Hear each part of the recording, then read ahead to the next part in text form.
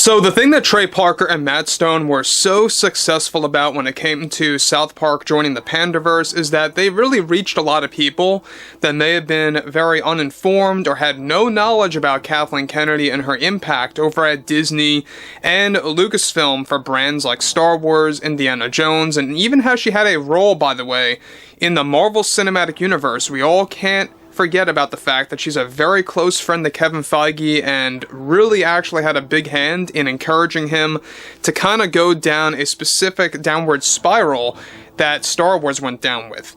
This is MOCKS. Subscribe if you're new and like this video to see future updates. I'm also on Twitter at MOCKS01. I thank you also very much for the great and kind support. Now, the kind of comments that I often see a lot of times lately is the fact that people never knew about Kathleen Kennedy. There are quite a number of people out there that were very much out of touch with how she's affiliated with Disney and what kind of impact she had. And that's the thing that I really got to congratulate South Park Studios and Paramount for establishing, is really getting the word out there that it's people like Bob Iger and Kathleen Kennedy that are really destroying pop culture and entertainment across the board.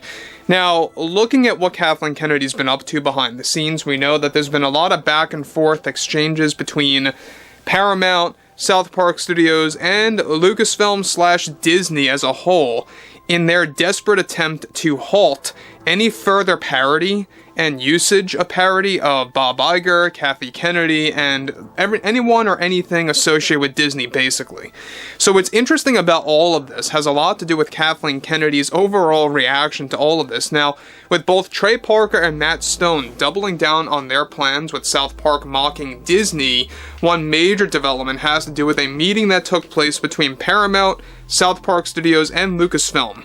The exchange involved all members of the Lucasfilm leadership team, where, as it turns out, at one point in this exchange, Kathleen Kennedy mocked the creators of the Panderverse event, labeling it as an internal attempt to devalue both Lucasfilm and Disney properties. This comes in the wake of the recent mid-November meeting that took place between all the studios, as Kennedy is desperately trying to find a rightful legal reason to take down Paramount's plans to continue mocking Disney, Bob Iger, and herself.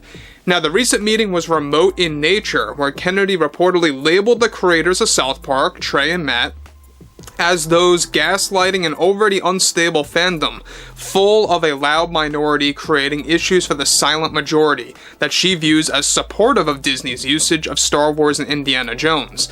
So that's another thing. She views the silent majority as fully supportive of Disney and everything that they have actually destroyed. So let that sink in for a moment there.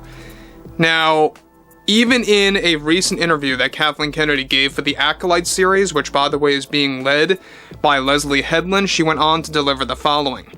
At Lucasfilm, our number one priority right now is the Acolyte. As we try to shift away from the burden of satisfying fans that expect George Lucas's art in these shows, our best attempt to modernize our content is by shifting our focus away from loud, opinionated groups in the Star Wars community and television programs that attempt to encourage this behavior. Now, separate from what Kennedy stated about the Acolyte, clearly taking a shot at South Park and the creators, the exchange and meeting that happened behind closed doors has been nothing more than a disaster for Lucasfilm and their ever-failing reputation, as South Park Studios are now already preparing to create a parody of Lucasfilm, trying to find a way to legally go against them as a result of the Panderverse episode, to turn one of their events and/or episodes that will serve as a continuation of the Panderverse to go a bit meta and breaking the fourth wall as well, by inserting both Trey and Matt into the second part of the Panderverse story. In the meantime, another exchange is set to take place during December, where Kennedy and the Lucasfilm leadership team are set to provide more data from Disney Plus viewership decline, happening in conjunction with the release of the Panderverse episode. Now, let me just pause here quick about what's really going on here. You can see right now that Kennedy is officially losing her mind. She doesn't know what she's talking about. What South Park Studios is doing is illegal. It's 100% legal. It's all parody.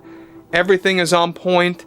They're just stating facts. They're putting out the fact that people are fed up with Disney Kathleen Kennedy and Bob Iger are destroying the company. Disney stock has been ever failing. And look, we know at the same exact time that they are going to do whatever they can do. They're going to give them with everything they got over at Disney and Lucasfilm to kind of go up against them, to present them endless pieces of data claiming that the Panderverse event was the direct cause of a recent massive dip in Disney Plus subscribers, along with fan engagement levels pretty much hitting a new low for both Star Wars and Indiana Jones, along with Marvel content. And you know what? I think at the same exact time, they realize that their demise is on the horizon when it comes to a company like Disney. They really are not delivering anything to the fandom, and it seems like that they don't want to cave into that. They don't want to cave to normalizing content or offering common sense in their products. They want to keep pushing DEI, which is heavily flawed and hypocritical. I know I always say that, but it's true. And at the same time as well, they really just feel like if they give in to the fans, that it's admitting defeat. That's basically how Disney is acting, and it's a very stubborn thing to act like that in its own nature. So moving onwards, on top of that, Kennedy kept on claiming to the South Park creators behind the scenes that their content is purely damaging to Disney and is not being created with good intentions in the form of parody. In fact, Kennedy was labeling the creators as encouraging a toxic fandom to continue troubling productions of their own. Now again, look, nobody asked for the Acolyte series, and for those of you that have no idea what this is being led by Leslie Headland, a creator of the show, that labeled George Lucas as someone who is not the key to Star Wars. And if you are looking forward to George Lucas, or if you see George as the only answer or the key to making Star Wars great, then you are a misogynist. That's what she said. She viewed that as the problem, quote unquote. That's Leslie Headland for you. And we all know who she was a personal assistant for at one point in time. You all know who. And these are the types of people that Lucasfilm hires. So it's really not a shock that Kathleen Kennedy is melting down over what Trey and Matt are establishing and how they view Disney as a gold mine to create endless parody material through and through for the years to come, because we know that Disney's not going to listen to the fans, not to their customers, not to the shareholders that are speaking up. They only care about the top shareholders.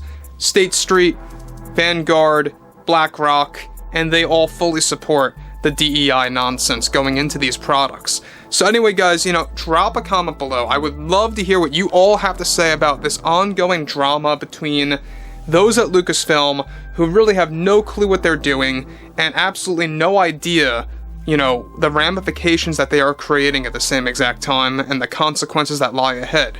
So if you guys did enjoy the content for today, make sure to drop a thumbs up on this video to support the channel, and I will catch you guys later.